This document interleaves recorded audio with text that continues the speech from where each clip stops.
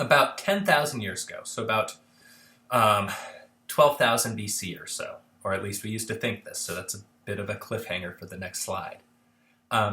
Historians used to date the beginning of what they call the New Stone Age, the Neolithic Age. And they do this by saying, hey, there are some features that make the people who lived at this time different from their ancestors. This is largely groups of people that live in the area of the map you see here, an area called Mesopotamia. You're going to see this in the crash course in world history, but Meso means in between, like Mesoamerica. Potomoi means rivers, so the area between the Tigris and the Euphrates rivers, but also the area going up to the Mediterranean Sea and the Nile River Delta. Here you can see the first city that probably existed. It's a place called Çatalhöyük in ancient Turkey. And these are really the first group of people that express the traits of the Neolithic Age. They have things like improved stone tools for cutting and for creating fire. They have pottery in which they store things.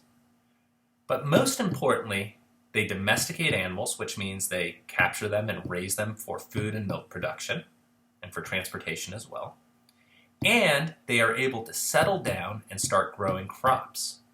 First, they do it in rainy areas. Eventually, they move to rivers. We're going to see for the first 3 weeks in this class, all the early major civilizations are near rivers. No surprise, you need water for crops. We're going to see them near the Tigris and Euphrates rivers. We're going to see them near the Indus River Valley. We're going to see them in China near the Yellow and the Yangtze rivers. We aren't covering Egypt, but at the same time, we've got people in the Nile River Delta. All of those are able to use that environment and the ability to harvest water to grow cereal crops. Things like wheat and corn and rice and barley. And all of those things, in turn, allow them to live a life that is different from their ancestors, one that in some ways is much more stable, and also increase in population, which in turn presents all sorts of potential opportunities, but also leads them to think about questions like, how do we organize a society?